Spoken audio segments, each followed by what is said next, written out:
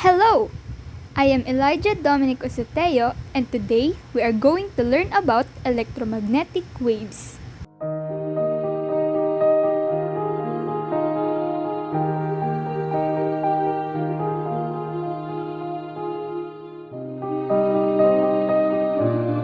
An electromagnetic wave is made up of an electric field and a magnetic field positioned at right angles to each other and to the direction of motion of the wave. Electromagnetic wave is considered to be both electric and magnetic in nature. Electromagnetic waves can travel through a medium, but unlike other types of waves, they can also travel in vacuum. Light, for example, can be transmitted with a medium, as through the atmosphere, or without a medium, as through space. Electromagnetic waves do not carry energy by causing matter to vibrate. It is the electric and magnetic fields that vibrate. How are electromagnetic waves formed? Electromagnetic waves are formed when an electric field comes in contact with a magnetic field. Electricity and magnetism can be static, but changing magnetic field will induce electric field and vice versa. These changing fields form electromagnetic waves. Electromagnetic waves travel with a constant velocity of 3 times 10 to the 8th power meter per second in a vacuum. Characteristics of waves. Amplitude, height of a wave, usually measured in meters. Crest, it is the highest point of a wave. Trough, it is the lowest point of a wave. Wavelength, the distance between two consecutive crests or troughs, and usually measured in meters. Frequency, the number of waves passing a point in a certain time. We normally use a time of 1 second, so this gives frequency the unit hertz, since 1 hertz is equal to 1 wave per second. Speed of light.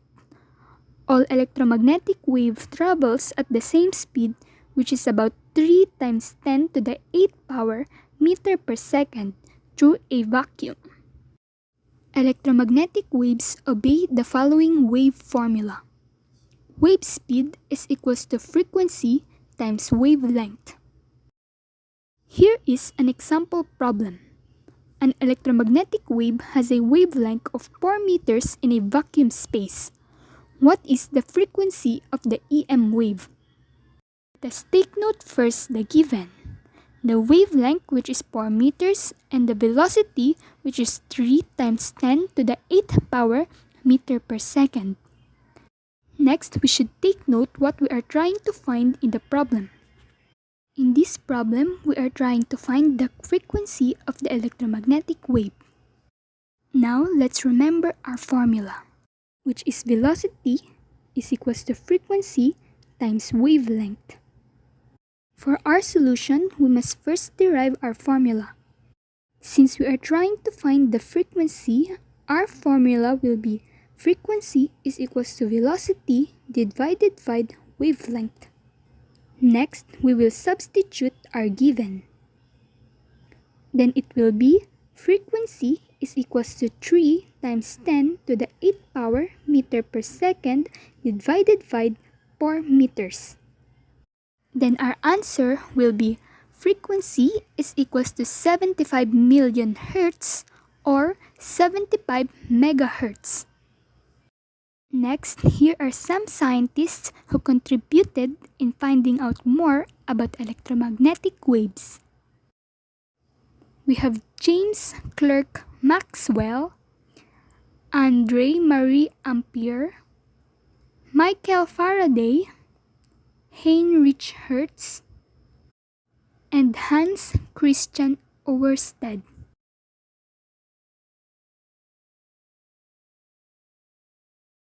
We have 7 types of electromagnetic waves in the electromagnetic spectrum, such as the radio waves, microwaves, infrared, visible light, ultraviolet rays, X-ray, and gamma rays. The electromagnetic spectrum is a continuum of all electromagnetic waves arranged according to frequency and wavelength. Here is what an electromagnetic spectrum looks like. Electromagnetic waves can also be classified as ionizing or non-ionizing form of radiation. Non-ionizing radiation is the part of the electromagnetic spectrum where there is insufficient energy to cause ionization. This includes radio waves, microwaves, infrared, visible light, and ultraviolet. Ionizing radiation is a type of energy released by atoms that travels in the form of electromagnetic waves. This includes gamma rays and X-ray.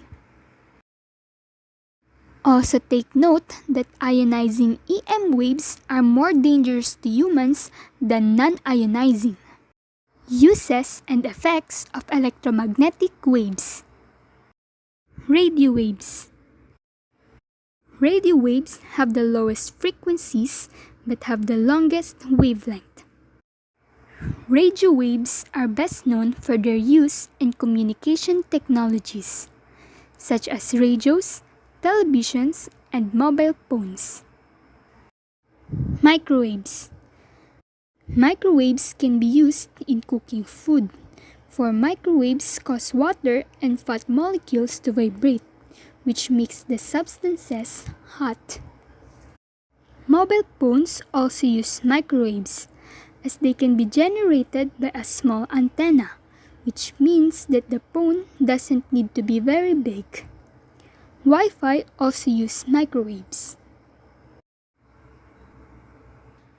Microwaves are also used by fixed traffic speed cameras, and for radar, which is used by aircraft, ships, and weather forecasters.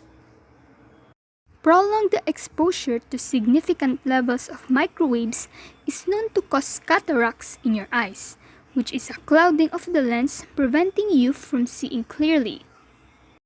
Infrared. They are used in remote controls for TVs and video recorders. Physiotherapists use heat lamps to help heal sports injuries. Infrared is also used for short-range communications, for example, between mobile phones or for the Dolby Screen Talk headset system used in some cinemas. Night sights for weapons sometimes use a sensitive infrared detector. Passive infrared or PIR detectors are used in burglar alarm systems and to control the security lighting. These detect the infrared emitted by people and animals. Police helicopters track criminals at night using thermal imaging cameras which can see in the dark.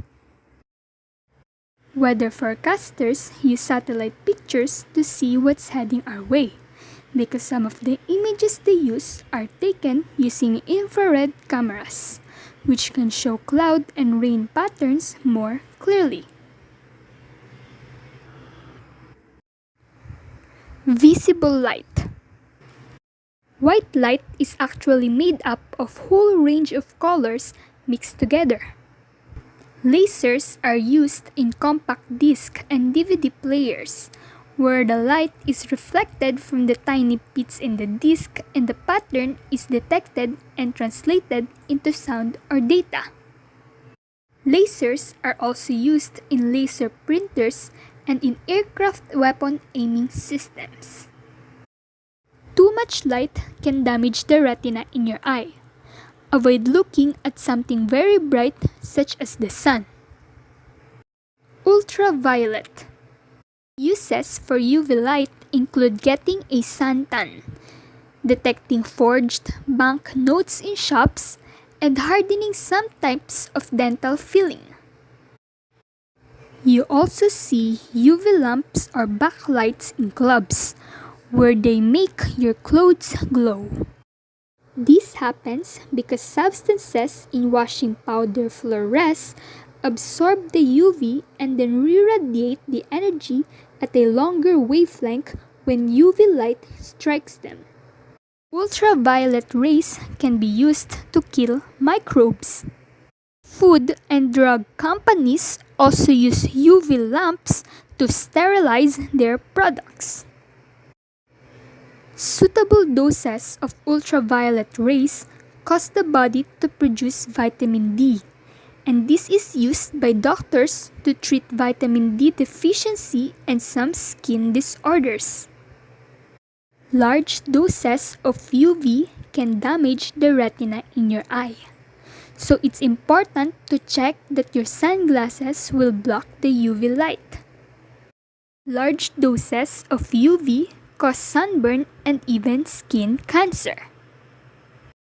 X-rays. X-rays are very high frequency waves and carry a lot of energy. They will pass through most substances, and this makes them useful in medicine and industry to see inside things. X-rays are used by doctors to see inside the human body. X-rays are also used in airport security checks to see inside your luggage. They are also used by astronomers. Many objects in the universe emit X-rays, which we detect using suitable radio telescopes. Lower energy X-rays don't pass through tissues as easily and can be used to scan soft areas such as the brain. X-rays can cause cell damage and cancers.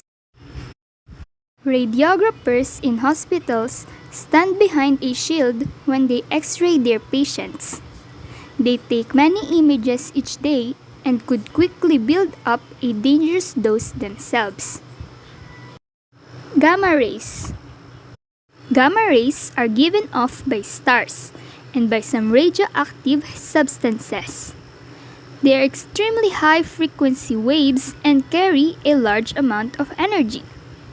They pass through most materials and are quite difficult to stop. You need lead or concrete in order to block them out. Gamma rays are used to kill cancer cells without having to resort to difficult surgery. This is called radiotherapy and works because healthy cells can repair themselves fairly well when damaged by gamma rays, but cancer cells can't. Gamma rays kill microbes and are used to sterilize food so that it will keep fresh for longer. This is known as irradiated food. Gamma rays are also used to sterilize medical equipment. Gamma rays cause cell damage and can cause a variety of cancers. They cause mutations in growing tissues, so unborn babies are especially vulnerable. That's all. Thank you for watching. I am Elijah Dominique Osoteo, and I hope you learned something new.